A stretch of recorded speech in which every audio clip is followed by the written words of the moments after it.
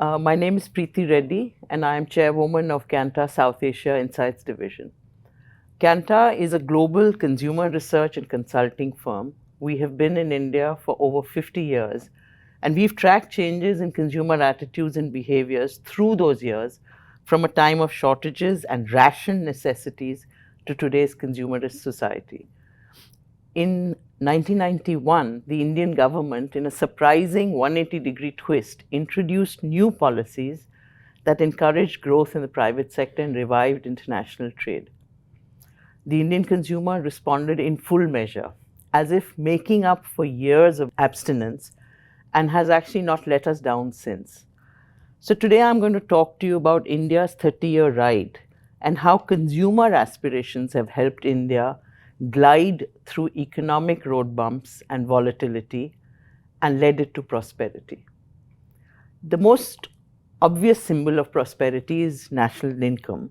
And the Indian economy has grown from 274 billion in 1991 to 2.87 trillion in 2019. And importantly, average income has multiplied 7 times. There is no denying that despite slowing growth rates, India continues to be one of the fastest growing large economies in the world, as the map shows. So our prosperity, unlike that of many other countries, is driven by domestic consumption, with the Indian consumer at the front and center of our growth story. In many other countries, the prosperity is through exports growth, it is either or through government intervention. In India, it is because of the consumer.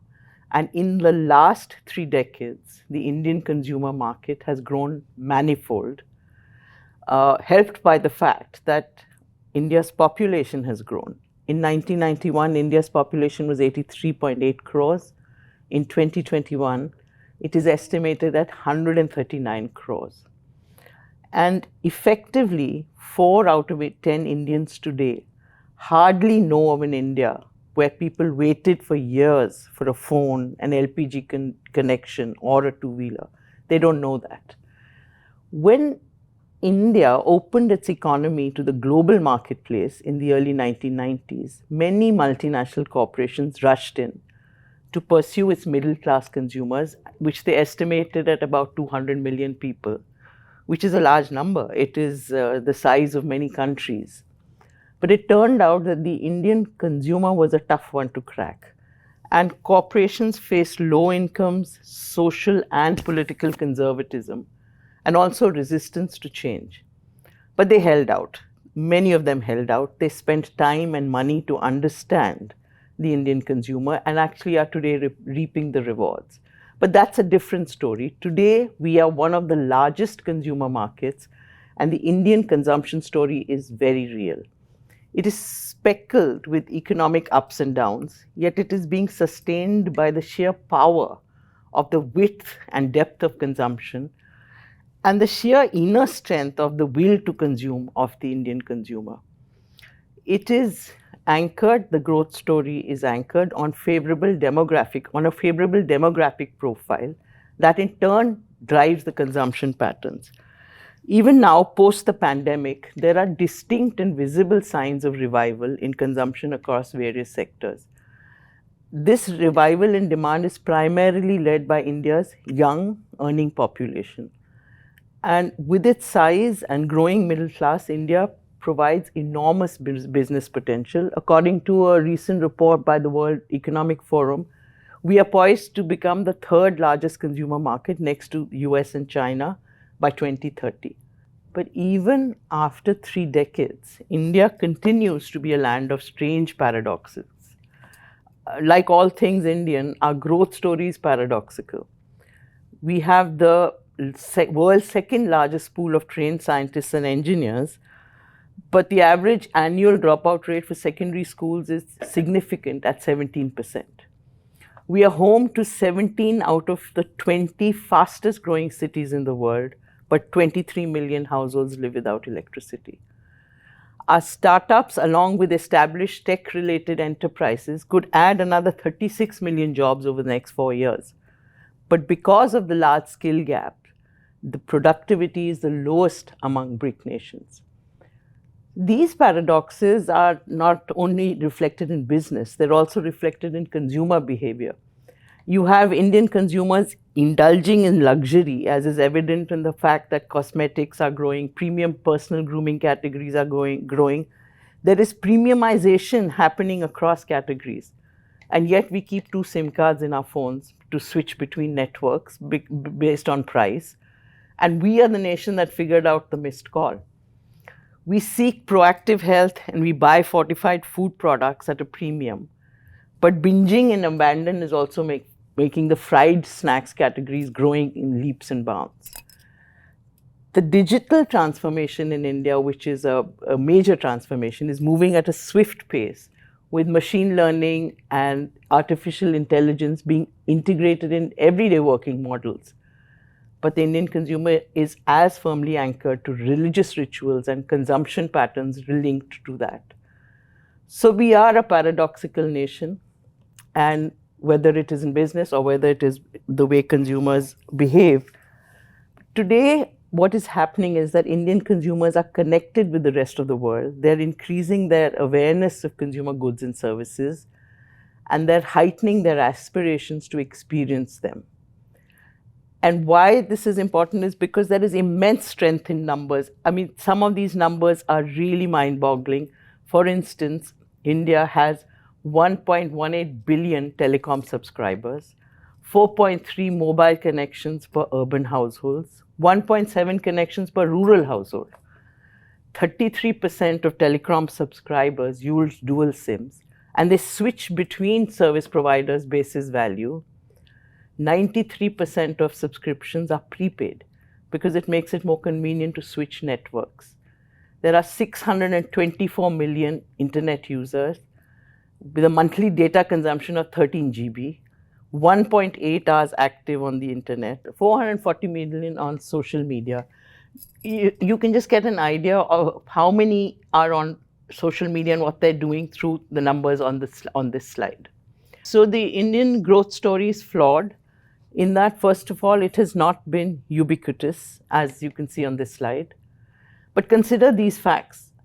The top 10% of the Indian population holds 77% of the total national wealth. There were 119 billionaires in India in 2018. The total wealth of Indian billionaires was higher than the entire union budget of India for the fiscal year 2018-2019. It would take 941 years for a minimum wage earner in rural India to earn what the top paid executive at a leading Indian company earns in a year. And most strikingly, less than a quarter of women in India are in the labor force. It's among the poorest standings in the world, and they earn 35% less on average than men, compared to the global average of a 16% gap. Women represent 49% of India's population, yet they contribute only 18% to its economic output. So an unequal society has become even more unequal. Urbanization is also part of our growth story, but it has stagnated in recent times. The urban population, India's urban population grew from around 11% in 1901 to 34% in 2019. In the post-independence period, the rate of growth of urban population in India accelerated till 1981. But after that, urbanization has continued, but at a subdued rate. There are reasons for that. One is migration from India's rural areas are essentially adult male workers who leave their villages to seek employment in cities. Over time, as these workers age, many of them find it difficult to earn a living. They go back to their villages where cost of living is much lower. Thus, while there is a continuous flow of people from rural to urban India, the migration gets nullified to an extent. The other thing is that urban growth is also lopsided because the regional distribution of urban population is very uneven. 6 large states contribute about half of the urban population of India. That's Maharashtra, Gujarat, Tamil Nadu, Karnataka, Punjab, and West Bengal. With urbanization, our dependence on agriculture has been reducing consistently, But the migrated labor force has not been effectively reassigned. The proportion of the Indian labor force employed in agriculture has come down sharply from the past 3 decades, from 63% in 1991 to 42% in 2020.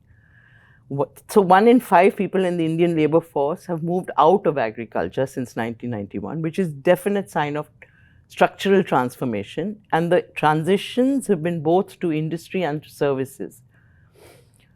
But the industrial work that those who have exited farming have got is not productive enough to pay them good wages. They have not moved from farming to modern factories or modern offices, but have been employed in stunted enterprises that act more like social shock absorbers rather than engines of income growth. Indian enterprises are usually small. Only 1 in every 50 enterprises hires more than 10 employees. An average enterprise only has 2 to 3 employees. In a study done for Niti Aayog, researchers at IDFC Institute pointed out that most workers in India are employed with firms with less than 8 people, while in comparison, most workers in China are employed by firms with 51 to 2,000 people. So India needs to create about 100,000 competitive small and medium enterprises over the next 10 years, each employing about 500 people if it hopes to create 100 million well-paying jobs by 2030. It's a mind-boggling figure. But the good news is that on the other hand, the rural consumer market has been catching up fast. Rural households now account for 57% of all India consumption of FMCG and other goods. Easy access to media has made rural consumers increasingly more aware about products, and they now have the disposable income which comes from favorable weather for crops and increase in government spending on infrastructure. Also, with low penetration levels of various FMCG and other categories, often rural consumption growth outpaces that in the city. Even through the pandemic, rural India has been more resilient than the metros and tier 1 cities. Consumption has bounced back much faster than for their urban counterparts when it came to shopping for food, personal care, or consumer durables.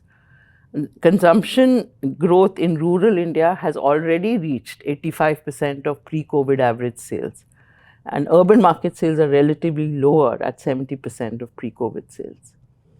So that's what the story is in terms of the consumption growth, which has come from consumers, aspiring consumers wanting to consume more. But what about the future? Will India's consumption story continue? It's a well-known fact that India's population is among the youngest in an aging world, which is a demographic dividend, as this slide shows. By 2022, the median age in India will be 28 years. In comparison, it will be 37 years in China and the United States, 45 years in Western Europe, and 49 in Japan, which is one of the world's oldest populations. India's working age population has numerically outstripped its non-working age population, which is a demographic dividend that produces a unique opportunity for India. But it is equally well known that there are bottlenecks to encashing this dividend. First of all, India's population heterogeneity ensures that this window of demographic dividend becomes available at different times to different states. While Kerala's population is already aging, in Bihar, the working age cohort is predicted to continue increasing till 2051. And as I had said earlier, the inequality of development across socioeconomic groups and across states also holds us back. The second challenge is the yawning skill gap. As the slide will show, the low employability of graduates. So less than 5% of India's workforce is formally skilled, compared to China's 20%, South Korea's 96%, Japan's 80%. Anybody you look at is higher than us. This is according to the Ministry of Skill Development and Entrepreneurship's annual report for 2015. So these are legit figures in that sense. As per the India Skills Report 2019, only 47% of graduates in India are employable. So that's a skill gap. And the third equally concerning issue is the participation of our women in the labor force, which is low and has been further falling over the last few years, accounting for only 20% in 2019. As you can see in the slide, the steeply declining participation of women. This is a huge crisis, and I want to spend some time on it. Conventional wisdom suggests that in a growing economy, as job opportunities increase and education levels rise, more women enter the paid workforce. The Indian experience, however, has been exactly the opposite. Since the liberalization of the economy, Indian GDP has grown at about 6 or 7% per year. Education of Indian women has risen, fertility rates have fallen, access to electricity, cooking gas, and water has improved. So the conditions are all there. But women's labor force participation has fallen drastically from 43% in 2004 to 20% in 2019. This is a huge concern, and India's low labor force participation rate for women is due in part to restrictive cultural norms, the gender wage gap, and a lack of safety policies and flexible work offerings. It's also women's participation is worsened by the lack of choices that they have to engage in paid work related to the work type or location, and all the burdens of unpaid care work that they have to bear. A significant portion of men, are reluctant to share responsibilities, child rearing in particular, at home. So it makes it difficult for women to work outside home. Further, a significant proportion of urban residents believe that women's family wealth should determine their decision to work. And about 25% agree that women from affluent families need not work. So it's, women work to get money. Women don't have any other aspirations, according to them. However, all is not gloom and doom. The Indian consumer has evolved in these 30 years. And the consumer of today couldn't be more different from the one 30 years ago. Let's look at how the consumer has evolved. Multiple consumer trends have come and gone over the past 25 years. But there's been a few significant changes that have transformed the landscape and have changed the way we live. And these are the ones on the slide that behind me. One is the omnipresence of the mobile phone. It is absolutely the one thing that has made a difference. From 1995, when the first mobile phone call was made in India, to 1.2 billion telecom subscribers today, the mobile phone has crossed boundaries of age, gender, social class, and geographies, and given consumers the world on their fingertips, which is riding on the fast penetration of the mobile phone has been the avalanche of the digital world, which is really fueled by inexpensive mobile data, and we have to thank Jio for that. 92% access internet on their mobile with a monthly data consumption of 13 GB. 1.8 hours active on the internet, largely on social media. But this is all being fueled by the aspirations that are driving consumption decision making. Access to the World Wide Web has brought with it exposure to everything available across the globe. Indian consumers aspire for world-class products and services today. And this newfound aspiration has been driven, as I said earlier, by increased affluence, the rapid rise of the upper middle class, and a mindset shaped by what we see on thousands of media channels that we beam into our homes and phones. And the one thing that has changed in the mindset across social and demographic divisions is the desire to trade up and an acceptance that consumption is no longer a bad word. So it's mass consumption, and it is okay to consume. The other thing is that while across the world people are increasingly conscious of work-life balance, India is working hard to afford a better life. In metros across the country, office lights are on all night, Uber and Ola drivers race across the city, clocking in extra hours. Late night food delivery orders are up 3 times in less than 2 years. For the Indian consumer, hard work is also complemented with borrowing, with confidence. The consumer credit market is projected to grow at a higher rate than most major economies globally. India's domestic credit growth has averaged 15% from March 2000 to March 2021, primarily driven by retail loans and increasing penetration of credit cards. So the Indian consumer today is connected, aspirational, and extremely discerning.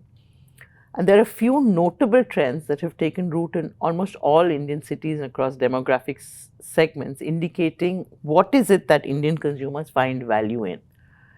The first one is convenience. Convenience is the most important consideration for millennials on account of their hectic lifestyle. And as we have seen, it is the millennials that are, and what we call the Gen Z, that are actually driving consumption. For the working younger generation, dearth of time is one of the key reasons for the growth in online shopping, online ordering from restaurants. And the ready-to-eat product category has also grown exponentially at the rate of 28% per annum over the last 5 years.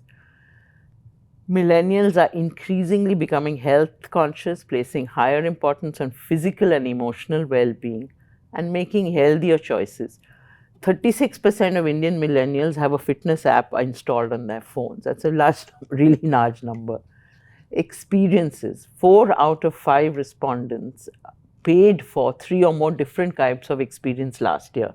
Travel was the most popular paid experience, followed by entertainment. And half of respondents believe that increased household income allows them to pay for these experiences.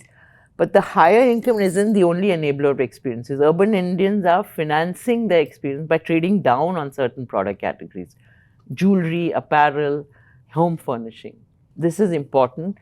The Prime Minister's vocal for local has really evoked response in consumers. Nearly half of Indian consumers are preferring to own domestic brands over international brands. And local Indian brands in some categories are doing well for the sheer insights that they have regarding the complexity of the Indian consumer preferences. For example, the entire natural segment of the personal care market is anchored on the familiarity of kitchen ingredients and the trust of Ayurveda, which many Indian companies have understood. And the other important thing that has happened is that the digital and physical world are now going to coexist. Even with e-commerce penetration increasing, brick and mortar stores are here to stay. The buyers are adopting mixed shopping pathways for a mix of convenience and experience. They browse online and shop in store, or they shortlist products in store and make the purchase online. They order products after reading reviews and recommendations, and they pick products from the store after ordering online to avoid last minute. So all kinds of combinations are happening. And India's retail sector expectedly is then experiencing exponential growth, not just in major cities, but also in tier 2 and tier 3 cities. So India's future consumption story will be shaped by its 440 million millennials and 390 million Gen Z. While there is a temptation to compare the growth of this consumer market with that of China's, the two are different, and the Indian consumer market will follow a different path from its Chinese counterpart, predominantly because of the vastly different income levels, which in turn have shaped preferences and spending attitudes. With 500 million active users, the Indian internet is more rural, more local, it's more mobile first than ever. And rural India's explosive internet growth has been driven by rising smartphone penetration and inexpensive mobile data. We've said this before. The market grew new users by 18%, riding on the data revolution triggered by Reliance Jio, and which reduced the per GB cost of data in India to less than $0.50. So globally, India now has the cheapest average 4G rate at 0.26 per 1 GB. According to Mary Meeker's Internet Trends report. But the pandemic, however, has undone decades of progress in months. Many Indians who had struggled out of poverty again face grim job prospects and financial crisis. The middle class, which is the engine of the consumer economy, shrank by 32 million in 2020, according to the Pew Research Institute. So as the consumer adjusts to the new normal, a few key trends are apparent. One is e-commerce fueled by house arrest and working from home, and likely to increase long-term comfort. So for all the reasons that we've spoken about earlier, smartphone penetration, inexpensive data, accelerated by lockdown, has led to 330 million online buyers. Apparently, online retailers deliver to 20,000 pin codes in India. That's a mind-boggling number. Consumers are embracing the gig way of working. So there are 15 million freelancers, a pool that is expected to grow rapidly as formal jobs dry up. The gig market was earlier estimated at 455 billion, but by 2023 has been reforecast at double post the pandemic.